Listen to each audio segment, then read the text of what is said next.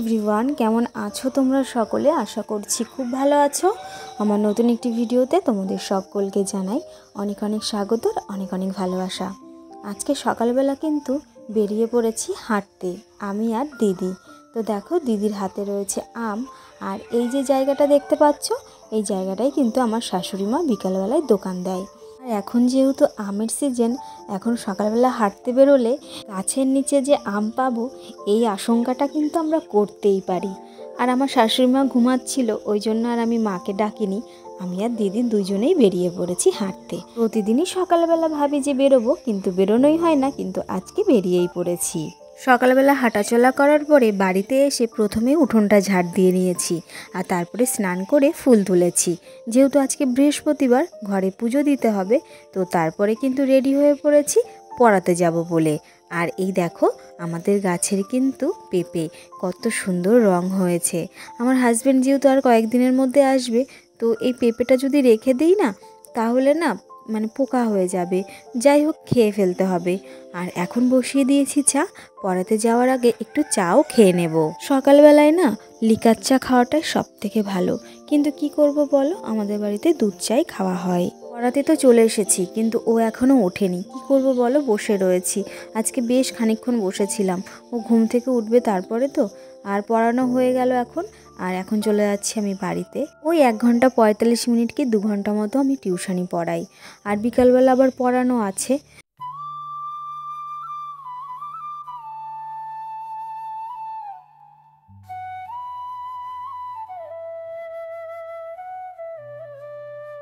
আমি যদি মেন রাস্তা দিয়ে বাড়িতে যাই তাহলে একটু টাইম লাগবে, আর এই যে এখান দিয়ে যদি আমি যাই তাহলে 2 মিনিট লাগবে আমাদের বাড়ি যেতে।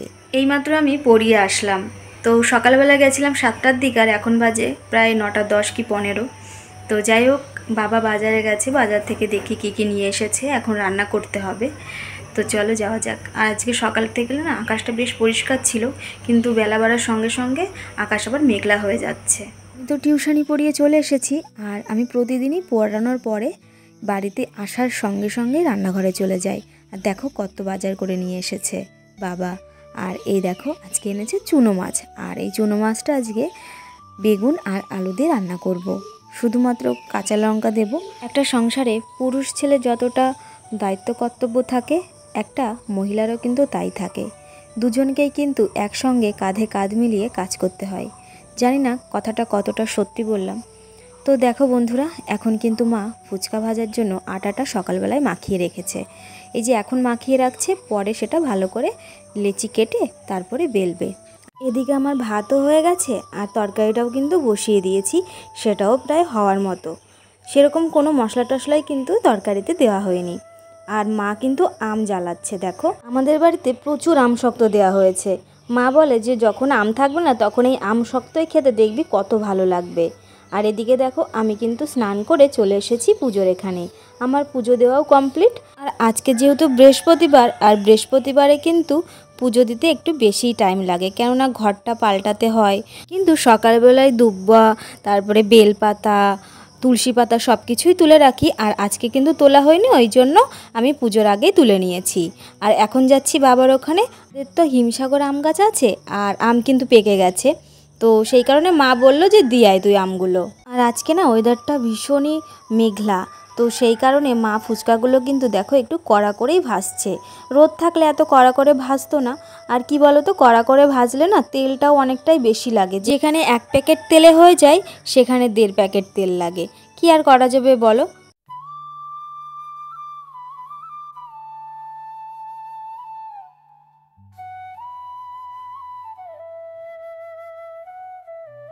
এখন সময় হয়েছে বিকাল 3:30।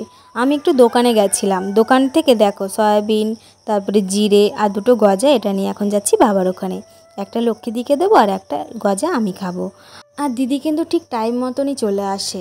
দিদিকে ফোন করতে হয় না, হ্যাঁ মাঝে মাঝে হয়তো ফোন করতে হয়। আর আজকে আমার বাবা তো বাড়িতে নেই, বাবা গেছে অফিসে, তো সেই কারণেই বিকালের দিকে দিদি রান্না করতে এসেছে। আর আজকে না ঘরে সেরকম কিছু ছিল না ফ্রিজে, তো ছিল মাছের ডিম ছিল, সেটা দিয়ে দিদি একটা তরকারি রান্না করেছে, আলু পটল আর মাছের ডিম দিয়ে। আর এদিকে দেখো দিদি ভাজা করেছে, বেগুন ভাজা আর হচ্ছে বিট ভাজা, তার সঙ্গে একটু গাজরও দিয়েছে।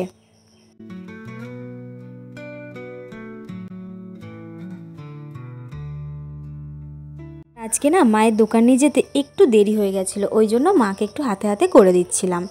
প্রায় করে দিই, কিন্তু বিকালের দিকে আমার শ্বশুরমশাই থাকে তো, বাবাই মায়ের সঙ্গে এগুলো একটু হাতে হাতে করে দেয়। আর দেখো এখন আমি আলুটা ভালো করে মাখিয়ে দিচ্ছি, এরপরে মা মশলা টশলা দেবে।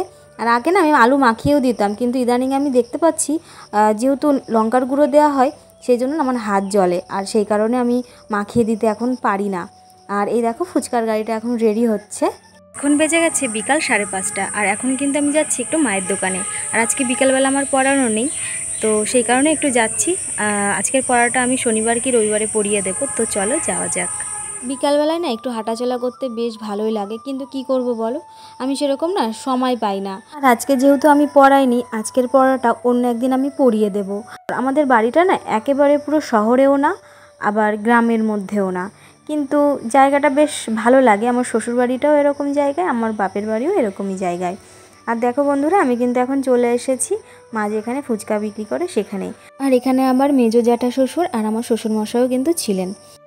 জেঠু না প্রতিদিন বিকালবেলায় হাঁটতে যায়, আবার সকালবেলাও কিন্তু নিয়ম করে হাঁটতে যায়, তো সেই কারণে জেঠুর সঙ্গে আজকে দেখা হয়ে গেল।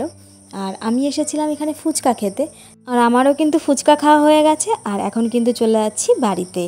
তো যাই হোক বন্ধুরা, আজকের ভিডিওটা জানি অনেকটাই ছোট হয়ে গেছে, কিন্তু এর পরের থেকে আমি লং ভিডিও দেওয়ার চেষ্টা করব।